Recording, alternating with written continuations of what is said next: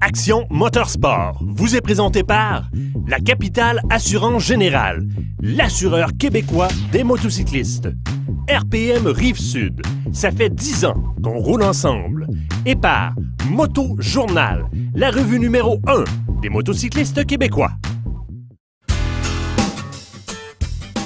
Cette semaine, à Action Motorsport, les gars testent pour vous la Kawasaki Z1000. Martin vous présente une capsule d'information avec la SAAQ. Il se rend à l'école de moto Guillaume Blais. Mais tout d'abord, je découvre la gamme Kawasaki en compagnie d'André Lessard de chez RPM Rive-Sud.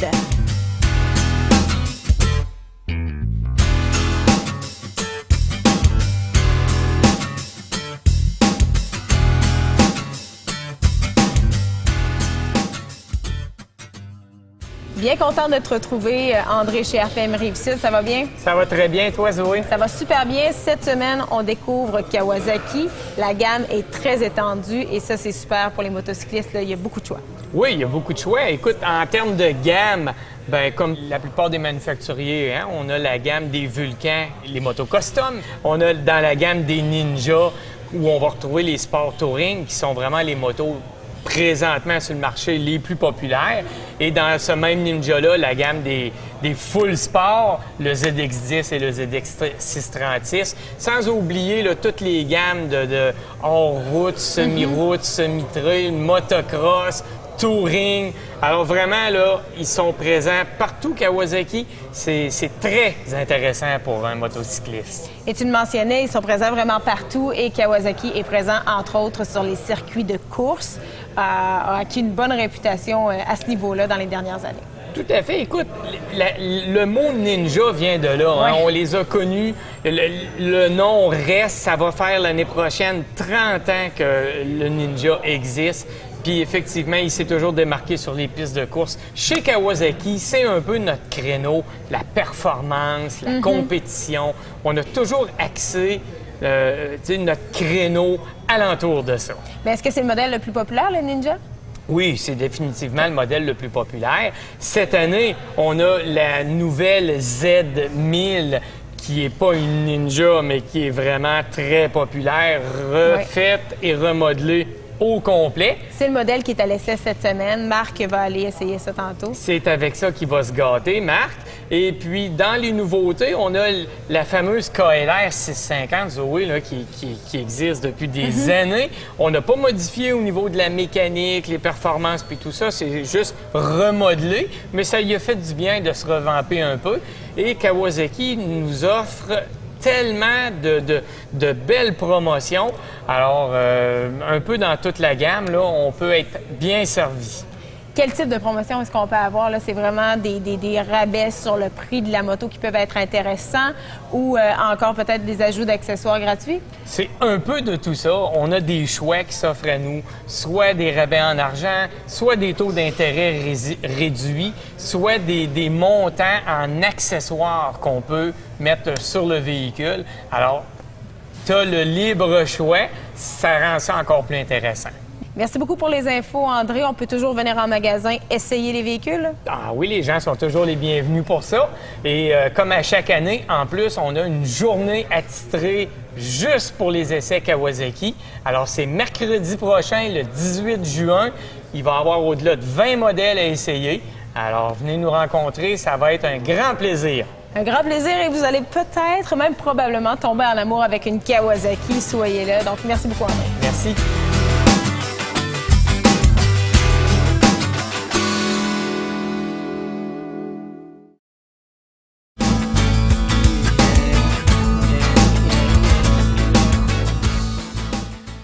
Pour tous les motocyclistes, le virage en courbe est une des techniques les plus cruciales à contrôler. Dans plus de 40 % des cas d'accidents mortels impliquant une motocyclette, la moto est le seul véhicule impliqué et malheureusement, on est souvent en face de vitesse. Il y a plusieurs facteurs qui peuvent vous aider à améliorer grandement la qualité de vos virages en courbe. Il faut prendre en compte, entre autres, les lois de la physique, dont l'inertie et la force centrifuge, l'adhérence, donc on parle ici des pneus, du type de chaussée, de l'état de la chaussée et de la répartition du poids sur les roues. Votre vitesse et l'interprétation que vous faites des panneaux de suggestion, donc votre vitesse face à la vitesse suggérée dans les courbes. Évidemment, le risque de déportation dû à la vitesse, aussi la trajectoire à utiliser dans une courbe et la technique que vous allez décider d'utiliser dans cette courbe-là, soit le contre-braquage ou le contrepoids. Dernièrement, l'importance du regard dans les courbes. Regardez vers où vous voulez vous diriger, vous irez vers là naturellement.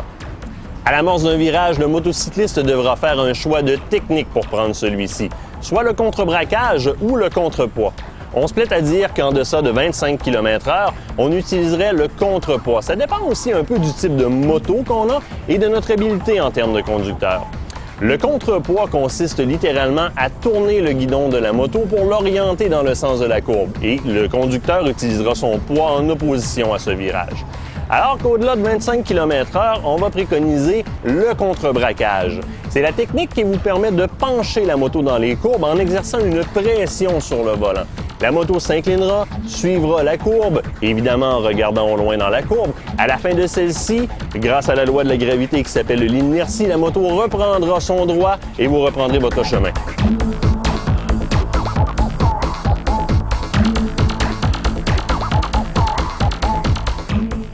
Prendre une courbe sécuritairement, ça se résume principalement en observation, anticipation, regard, mais aussi ralentissez à l'approche d'une courbe. Placez-vous dans un tiers de voie qui vous permet d'être vu et d'avoir une bonne vision sur ce qui s'en vient dans la courbe. Si vous optez pour le contre-braquage, à la sortie de la courbe, réaccélérez légèrement pour redresser la moto, vous serez en sécurité, conservez une bonne visibilité et toujours regardez au loin dans le sens de votre courbe. Info Flash vous a été présenté par la Société de l'assurance automobile du Québec.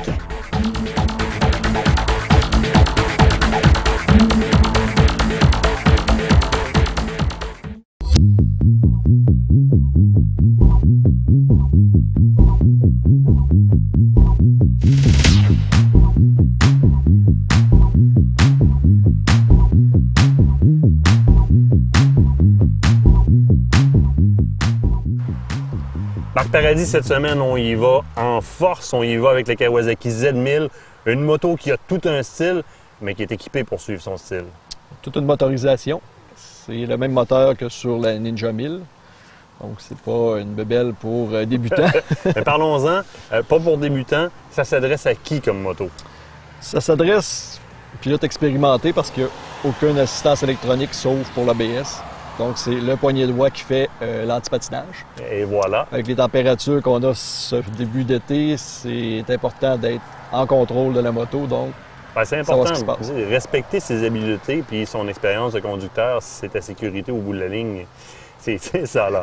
Au niveau du classement, si je peux le dire comme ça, tu l'insères dans quelle catégorie de l'industrie? Dans la catégorie des Street Fighter ouvertes, donc 1000 cc et plus. Et là, ça, c'est pas la première génération que Kawasaki met sur le marché. Les premières sont sorties en 2003, une mise à jour en 2007, une refonte complète en 2010, puis une autre refonte cette année. Je me trompe-tu ou si on entendait dire dans le passé que ça brassait beaucoup, ça shakeait? Les premières versions, ça vibrait comme ma Z750, donc les rétroviseurs, on voit un ombrage en arrière, mais on ne sait pas trop si c'est la Tisha Casta ou le bonhomme 7 heures. Sur la Z1000 d'aujourd'hui, c'est clair comme de l'eau de roche. Écoute, reste à voir si la configuration du manufacturier a des grandes réponses sur la route.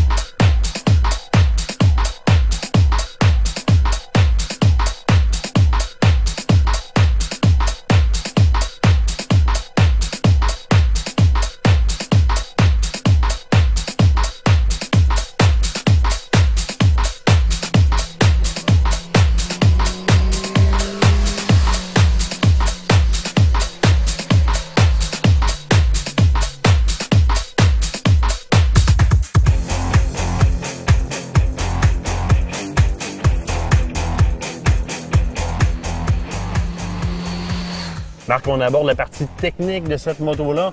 Mais avant tout, là, au risque de me répéter, là, ça a donc bien l'air méchant. Les ingénieurs de chez Kawasaki appellent ça un look Sugomi. Un look quoi? Sugomi. OK. Ça, c'est leur inspiration. C'est traduction libre, c'est un peu un prédateur à l'affût. Moi, je trouve plus que ça ressemble à une espèce de Golgoth dans Goldorak. Ça fait méchant. C'est vrai que du devant, là, c'est impressionnant. Est-ce que c'est équipé pour répondre à ce look-là? Motorisation? Plus de 125 forces de moteur à 10 tours minute. OK. Un couple de 75 livres à 6300 tours. Puis là, on pèse combien, là? C'est en bas de 500 livres tout plein fait. Là. On parle de 480 quelques livres. On dirait qu'on pourrait dire que ça se déménage quand même bien. Oui, il faut être assez... faut savoir doser l'accélérateur en première parce que soit, dépendamment de la chaussée, c'est soit le pneu va patiner, soit le devant va se cabrer. Au niveau de la configuration de ce moteur-là, C'est un 4 en ligne, 4 valves par cylindre, refroidissement liquide. je tiens à le dire, un 4 qui, dans sa force de moteur, surpasse bien des 4 dans le domaine de l'automobile. C'est souvent le cas pour le C'est moteur. quand même impressionnant. Tu sais. Au niveau de la suspension, on a quand même une suspension qui répond énormément, qui est sportive. Oui, ajustable à 100 %, mais ce qui est spécial, c'est qu'on a l'ajustement en précharge dans un poteau de fourche et le rebond damping est dans l'autre poteau. Donc, c'est vraiment séparé, mais ça fait le job. Ah, ben c'est une nouveauté spécial. Donc, qui- on pense d'un côté ou de l'autre, simplement. C'est souvent des nouveautés comme ça qui ne sont pas vraiment efficaces, mais ça fait le Dans ce ça fait cas-ci, le ça a job, été bien. oui. Tu sais, c'est souvent la configuration du manufacturier. Hein? Dépendamment de comment est-ce que le manufacturier a décidé de le configurer, les choix des matériaux qu'il a fait qui font que ça répond mieux. Dans ce cas-ci, ça répond très bien. Oui. À l'arrière aussi, c'est ajustable. Oui, même principe. En précharge, en rebond et compression. Qui dit gros moteur dit freinage. J'ai besoin d'arrêter en quelque part. L'ABS, c'est nouveau sur le Z1000. On n'avait pas l'ABS avant. Oui, c'est très puissant. Faut y aller, il faut savoir doser les freins parce qu'on peut justement là, se retrouver avec une automobile qui n'aura pas prévu qu'on va s'arrêter si rapidement. Très bel appui. Sinon, si on regarde au niveau, tu me parles d'ABS, c'est une assistance de conduite. Les autres assistances de conduite, tu me le dis, ils n'existent pas, ils sont inexistants. Il n'y en a pas. C'est voulu pour être une brute, c'est voulu. C'est un cheval pas dompté. Là. On s'embarque sur un étalon, puis on a intérêt à être un bon cowboy là-dessus. là. Mais quelqu'un d'expérience va facilement s'adapter à la moto. C'est pas un motocross 2 temps de 500 cc là, qui va se cabrer là, sans qu'on le veuille. Là. C'est vraiment... Ça répond à ce qu'on lui demande. Ce qui veut dire qu'au niveau du tableau de bord et au niveau des configurations, bien, c'est de l'affichage d'informations. Point final. On ne peut pas interagir avec le tableau de bord. Pas de bébelle. Exactement. Un peu spécial de la façon dont le RPM est exprimé sur le tableau de bord aussi. Les 3 premiers 1000 tours sont en cristaux liquides dans la partie du bas. Et le reste, c'est des petits LED lumineux qui affichent à chaque 1000 tours jusque dans le haut. Au niveau configuration ergonomique, c'est fait pour retenir le pilote sur la moto. Oui, c'est sensiblement là, une selle de motosport, Oui, oui, oui. oui. avec même là, la portion passager qu'on dirait que c'est vraiment un couvre-selle, mais c'est vraiment la selle qui est comme ça. Le perchoir. Oui, c'est vraiment un perchoir avec le petit sangle là, pour se retenir. Oui, OK, c'est une petite poignée. C'est hein? tout petit, ça fait Puis, pour des petites écoute, mains. juste le molding, si tu me permets le terme des côtés, c'est fait vraiment pour que tu te rapproches de ton véhicule, que tu te rapproches de la moto. Puis... Oui. Puis la position reste quand même assez droite. Les poignées sont surélevées comparativement à une motosport avec des guidons bracelets. Un peu d'emprise au vent, mais encore là, c'est pas une moto qu'on va rouler là, à fond de train Mais pendant une journée. On peut aller faire des incursions en piste, il n'y aura pas de problème. Mais c'est vraiment une moto de ville et un peu de petites routes de Puis de campagne. toute façon, Marc, les gens qui aiment ce type de moto-là, ce look de moto-là, savent d'emblée que le vent, ils vont l'avoir d'un dent. C'est ça.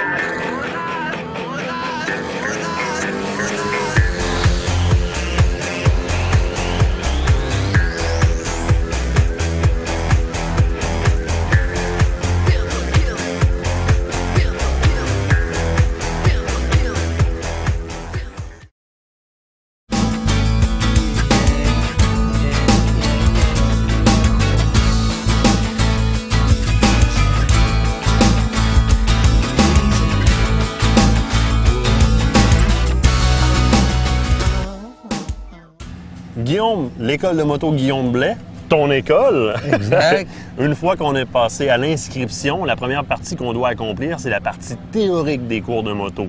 Dis-moi, ça se passe comment? C'est combien de temps d'abord? Premièrement, c'est un minimum de 9 heures. OK. 9 heures de théorie, séparées en 3 parties. Tu as 3 heures par soir. En général, on fait ça mercredi, jeudi, vendredi soir. OK. À partir de 6 h à la 9 h. Là-dedans, on parle de toutes sortes de choses. On va parler comment commencer préparation du motocycliste, comment se préparer, comment s'habiller, comment maintenir notre moto. Mais tu parles d'habillement, tu as même quelqu'un qui vient de chez ADM Sport pour venir montrer aux élèves comment choisir des équipements, qu'est-ce que c'est que des bons gants, qu'est-ce que c'est qu'une bonne veste, puis les choix qui existent. Exact. La différence entre ça, c'est quoi que tu es prêt à mettre pour te protéger? Là? Les bumpers, après ça, il n'y en a pas. C'est l'équipement. Ça prend de la bonne équipement. Puis nous autres, on n'est pas à fine pointe. Quelqu'un qui travaille là-dedans tout le temps, il sait toutes les nouveautés qui sortent. Il vient nous présenter ça, puis ça, c'est...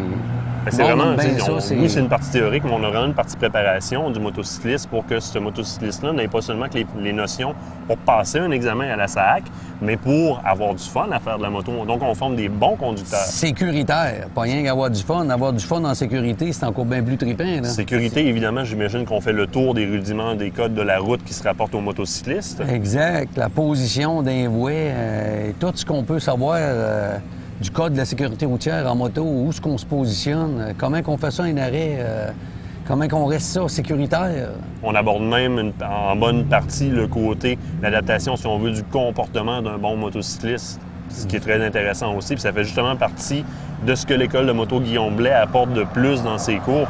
Cette fameuse partie-là qui ne fait pas que donner la théorie pour mener vers un examen, mais qui donne des notions pour que ce soit plus facile de faire de la moto, des petits trucs d'un fois. Exactement.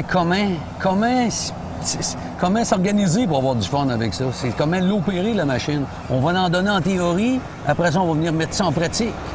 À la fin de cette partie théorique-là, l'élève, ça veut dire c'est quoi? Il est qualifié pour aller passer son examen théorique à la SAC? Exactement.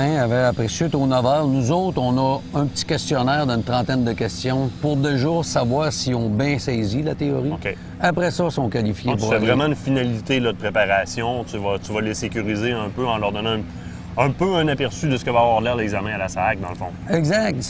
Les sensibiliser au genre de questions, parce qu'il ne faut pas oublier que c'est vraiment de la théorie. Là. Tu penses pas à ce que tu peux mettre en pratique dans la théorie. C'est vraiment la théorie. C'est le côté du code de sécurité routière, là, vraiment bien respecté, la théorie. C'est là-dessus qui est analysé l'examen qui porte à la SAC. Exact. L'obtention d'une note de passage à l'examen de la SAC va donner à ce moment-là un permis qui va permettre par la suite de faire les examens en circuit fermé. Faire ton cours en circuit fermé. C'est juste un 6R avec un moniteur. Tu n'as pas le droit d'aller accompagner avec quelqu'un d'autre. C'est vraiment ton cours en circuit fermé que le moniteur. Généralement, l'élève qui s'est déjà présenté à sa partie théorique connaît déjà les dates des premiers cours pratiques. Pas nécessairement, parce qu'on ne peut pas céduler une personne qui n'a pas passé son examen théorique à la SAC. Dans l'ordre des choses, je vais passer mon examen, j'obtiens mon permis, je rappelle à l'école et là, je cédule. Selon les disponibilités de l'élève, puis nous autres, l'école, on s'organise pour le céduler, soit n'importe quel soir de la semaine ou 2 jours la fin de semaine, samedi, dimanche, ça roule 7 jours sur 7. Guillaume, je te remercie. La semaine prochaine, on aborde la partie du cours pratique.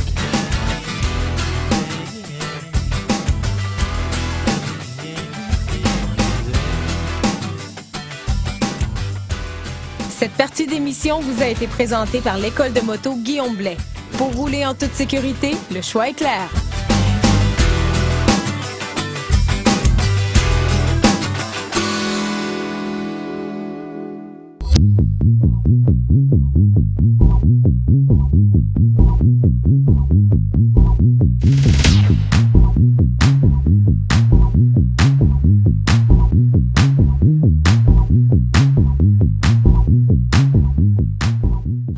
Marc, pour le jamais sorti à la pluie, on repassera. On pourra pas dire ça pour ce modèle-ci. Ça a été testé, éprouvé, sous la pluie, sous le soleil. Tes impressions de conduite pour la Z1000? J'avais des petites appréhensions en raison de la température et de la puissance et de l'absence d'aide à la conduite. Finalement, en se servant de sa tête, de son poignet droit et de son expérience, c'est pas vraiment stressant. Il s'agit de... Comme mon père disait, serre-toi de ta tête, puis ça va bien aller. Et tu la garderas. C'est ça. Au niveau de la motorisation, il faut en parler. C'est d'office la première chose sur le véhicule qui saute aux yeux dans les specs. C'est un gros moteur. Oui. Ça dit quoi? Très doux. Comme je disais, les vibrations sont très bien contrôlées. On a beaucoup de coupes disponibles en bas régime. Sur toute la plage. 11 500 tours pour le rouge.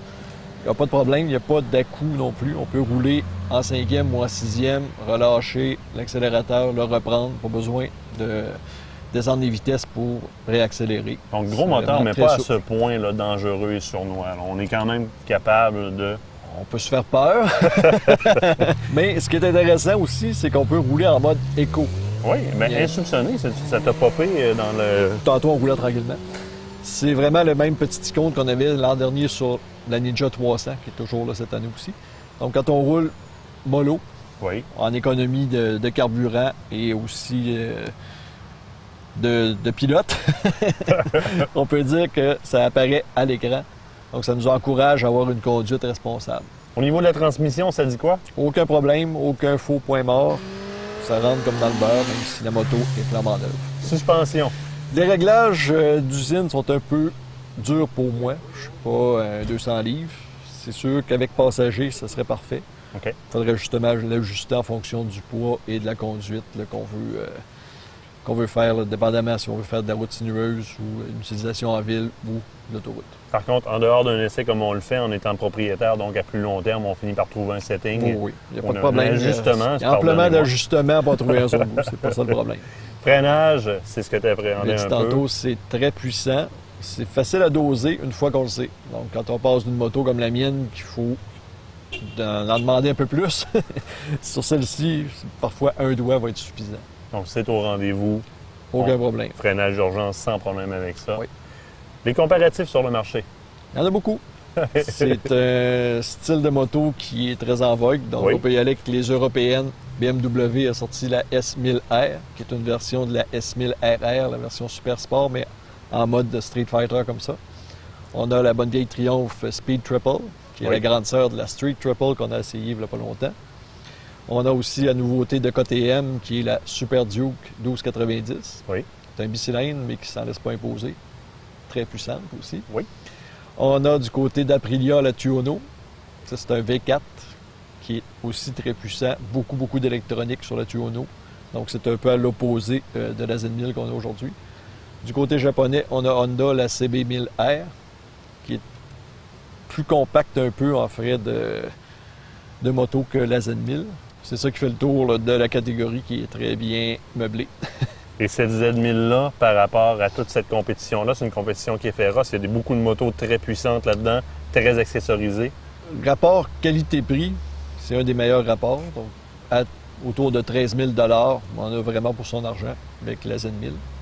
C'est une évolution, donc c'est vraiment beaucoup mieux que les versions antérieures. Plus civilisé malgré le look méchant. Et aussi, c'est une valeur sûre. Ouais, c'est ça, là. C'est ce que j'allais te demander. Là. Donc, à tes yeux, à toi, c'est un très bon guess, c'est un très bon... Mais c'est même plus un guess, c'était un guess dans les premières versions. Là, c'est affirmé, ça a fait sa place dans le marché. Oui. C'est une moto à acheter. C'est une moto qu'on peut recommander sans aucun problème. Pour les amoureux du style, de ce style-là, exactement. Sinon, on a la Ninja 1000, qui est la version avec un carénage qui peut être équipé avec des sacoches, puis avec un passager un peu plus confortable que celle-ci. Marc, un gros merci. Encore de très bons conseils, très bon conducteur, prudent à part de ça. T'as pas fait de folerie avec ça. On se revoit la semaine prochaine avec... Moi, je sais pas encore, c'est une surprise. On a une petite idée. L'essai de la semaine vous a été présenté par RPM Rive-Sud. RPM Rive-Sud, ça fait 10 ans qu'on roule ensemble.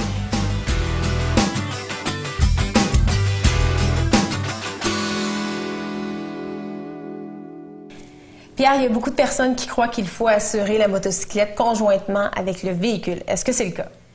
Ça a été longtemps le cas, mais c'est plus le cas maintenant. Il y a beaucoup d'assureurs qui vont accepter maintenant d'assurer une motocyclette seule de la même façon qu'on assure un véhicule automobile. Mais si on fonctionne de cette façon-là, est-ce qu'on peut s'attendre à avoir peut-être des rabais un petit peu plus intéressants? Ça pourrait. Encore faut-il que l'assurance de l'auto et l'assurance de la moto, on ait les deux meilleurs prix. Des fois, c'est pas nécessairement le cas. Un assureur peut être moins cher pour l'auto, mais être beaucoup plus cher pour la moto. Et souvent, ce qui arrive, c'est que les assureurs qui ne sont pas spécialisés dans les motos vont avoir des tarifications qui vont être plus ou moins personnalisées, qui ne tiendront pas compte d'une panoplie de critères comme les assureurs spécialisés comme la Capitale. Donc, des fois, ça vaut la peine là, de faire quelques appels pour voir la compétition. Évidemment, aujourd'hui, on parle d'assurance, c'est super général. Est-ce que quand même tu es en mesure de nous donner peut-être une échelle de prix, ce à quoi on doit s'attendre là, selon le type de véhicule qu'on possède? C'est difficile de faire des échelles de prix parce que, comme je disais, il y a beaucoup de critères de tarification. Que ce soit le territoire, l'âge, les catégories de motos. Par contre, si on a un jeune conducteur qui s'achète une moto sport, c'est sûr qu'il va payer beaucoup plus cher qu'un conducteur plus expérimenté qui va avoir exactement la même moto. On embarque avec ça les territoires. Donc, c'est sûr que pour la même moto, si on paye, disons, 1500 $ dans la région de Québec, bien, ça peut être 2000 $ à Montréal. Donc, il y a beaucoup... Là, évidemment, je parle d'une moto sport pour un jeune parce que c'est sûr que pour une moto standard, ça serait beaucoup moins cher que ça. Il y a beaucoup de facteurs à considérer. Et là, tu parles de différence entre les territoires au Québec, mais le Québec lui-même se situe comment par rapport à l'ensemble du Canada? En fait, vu qu'au Québec, la SAAC couvre les blessures corporelles, donc on paye avec nos immatriculations qui sont parfois chères pour les motos, les primes sont beaucoup moins élevées au Québec. C'est très marqué. Merci beaucoup, Pierre. Merci, le Zoé. site web, rappelle-nous l'adresse. Lacapitale.com. Merci. Cette capsule vous a été présentée par La Capitale Assurance Générale, l'assureur des motocyclistes québécois.